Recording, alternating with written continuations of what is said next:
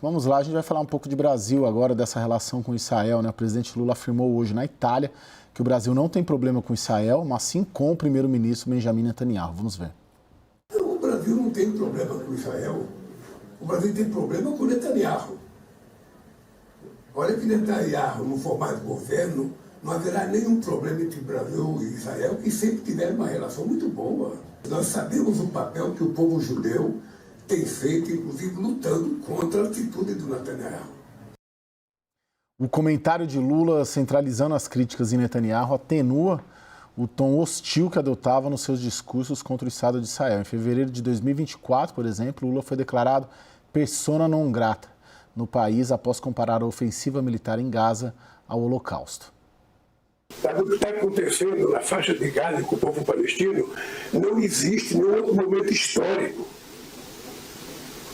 Aliás, existiu quando Hitler resolveu matar os judeus. Em junho deste ano, no Palácio do Planalto, Lula acusou Israel de se vitimizar por conta das críticas sofridas decorrentes da ação militar em Gaza. Eles se comportam como se o povo palestino fosse cidadão de segunda classe. E vem dizer que é antissemitismo, precisa parar com esse vitimismo. Precisa parar com esse vitimismo também. É o seguinte: o que está acontecendo na faixa de Gaza é um genocídio. Daniel Rittner, agora, para fins de governo em Brasília, o Lula, de certa maneira, ele vem calibrando um pouco essa percepção, né? As críticas, né? Ele direcionava, falou de genocídio, comparou o genocídio com o Holocausto, mas hoje ele foca apenas no Netanyahu. Você nota essa calibragem ou não? O Lula, Caio, tem sido muito aconselhado por assessores próximos da área internacional, da Presidência da República, do Itamaraty, a evitar falas sobre guerra na Ucrânia e Rússia, fala sobre faixa de Gaza e Israel, fala sobre Venezuela. Não precisa chegar ao ponto de ignorar o Prêmio Nobel para Maria Corina Machado, mas fato é que Lula tem seguido a maioria desses conselhos e evitado entrar nesses assuntos, porque esses assuntos não trazem dividendos eleitorais. A campanha está cada vez mais perto e sempre que Lula sai do roteiro e entra nesses assuntos, o custo é muito maior do que o benefício. Desperta-se muito mais antipatia entre quem tem críticas a Lula do que emoção já precificada em quem já o apoia. Então, Lula, sempre que pode, evita esse tipo de fala, tem aprendido a lidar com esses conselhos dos assessores mais próximos e evitar esse tipo de fala. E aí, professor, agora, de onde que vem essa posição histórica até do petismo, do presidente Lula, tanto em relação à Palestina quanto em relação a Israel? Movimento contestatório ao imperialismo norte-americano e seus proxies pelo mundo, né? É uma visão dos anos 70, uma visão que não cabe na atualidade. O presidente Lula deveria pedir desculpas profundas e amplas ao povo de Israel pelo que ele falou e falar que não tem relações com o atual líder de Israel é falar que não quer ter relações com Israel. As forças políticas que representam no regime democrático israelense o apoio a Netanyahu devem ser respeitadas e a presença destas forças permanecerá no cenário político israelense. Então, manter relações oficiais, manter relações estáveis, manter relações positivas com um país com o qual o Brasil tem vínculos históricos e que tem investimentos e que tem relações de inovação e de comércio é essencial para o Brasil. Então, o presidente poderia fazer esse gesto e, sem se intrometer nos assuntos da região, sem tomar partido, para o bem do Brasil. O Brasil não tem que tomar qualquer tipo de predileção naquela região, tem que tomar predileção contra os seus interesses comerciais, de investimentos e de vínculos que levem a uma inserção melhor do Brasil no mundo. E aí, Lorival? Eu acho que os valores são um componente da política externa. Acho que a política externa ela não é feita só de interesses. E eu acho que o Brasil já reconhece o Estado palestino, né, que foi o movimento que europeus, Austrália, Canadá fizeram agora. Então, não teria como ter esse agregar esse valor a essa situação. Acho que a indignação com a forma como Israel conduziu a campanha na faixa de Gaza é algo bastante abrangente, né? Acho que são muitas, inclusive nos Estados Unidos, você tem os judeus mais jovens, assim, teve uma matéria no New York Times, inclusive esse fim de semana, sobre as críticas contundentes a Israel, o distanciamento de Israel. Pela primeira vez, a comunidade judaica americana, um contingente maior, apoiando os palestinos e criticando Israel. Eu acho que o Lula, o que ele procurou fazer foi dizer que eu não concordo com o que o governo israelense faz atualmente.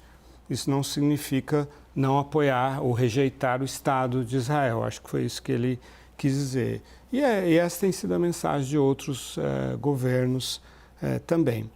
Por outro lado, eu também acho que existe uma incoerência na forma como ele manifesta solidariedade ao povo palestino e não ao povo ucraniano, que tem sofrido algo. Claro que os contextos são diferentes, são situações diferentes, causas diferentes e tal, mas também é um povo que está sendo vítima de bombardeios e tal. Então, nisso existe uma incoerência. Agora, os governos, assim, eu acho assim, as pessoas têm o direito de criticar o governo israelense sem ser acusado de antissemitismo. Nesse ponto, eu acho que o Lula e outros têm razão. E quando ele falou do vitimismo, quer dizer, de fato. Então, quando você critica uma ditadura africana, você é racista. Quando você critica algo que acontece na Ásia, você é racista. Não dá para ser assim. Isso eu acho que tem muito do sectarismo, né, Lorival? E vale para a política brasileira, que é a minha área de especialização.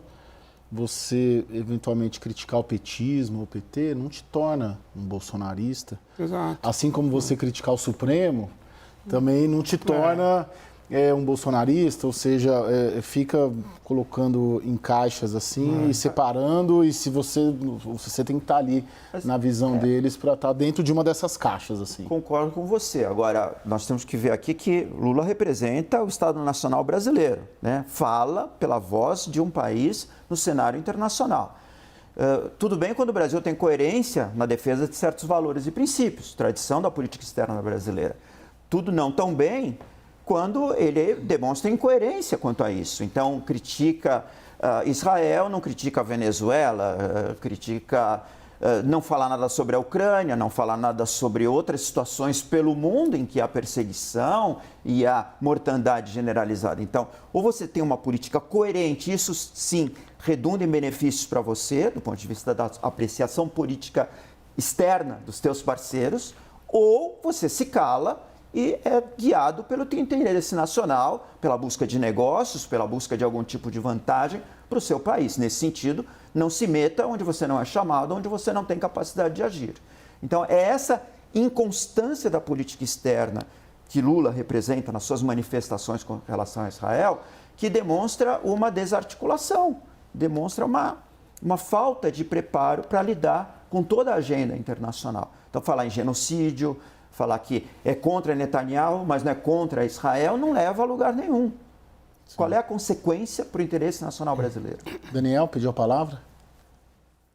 A questão é, Lula diz exatamente a verdade quando ele menciona que não é contra Israel, é contra o governo Netanyahu. Ora, se você for analisar o histórico dos governos do PT, ele tem razão em um momento quando poderia mencionar, por exemplo, que o Mercosul, por iniciativa do Brasil, firmou um acordo de livre comércio com Israel. É um dos poucos acordos de livre comércio, inclusive, que tem o Mercosul. Então, isso é fato, né? O governo Lula, os governos do PT promoveram um relacionamento com Israel, não com o governo Netanyahu.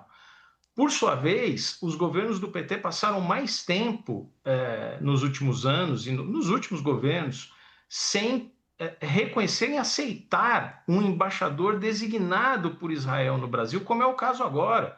Israel designou um embaixador e o governo brasileiro, numa rara atitude diplomática, resolveu não aceitar, ficar em silêncio, o que na linguagem, no código diplomático, já significa não aceitar o embaixador designado. Isso é contra Israel e é contra o governo Netanyahu. Agora, Lula joga contra os próprios interesses brasileiros quando ele deixa de homologar uma licitação do Exército em que consagra-se vencedora uma empresa israelense, a Elbit, que é privada e que não defende os interesses de Benjamin Netanyahu, defende os interesses de Israel e é uma empresa comercial.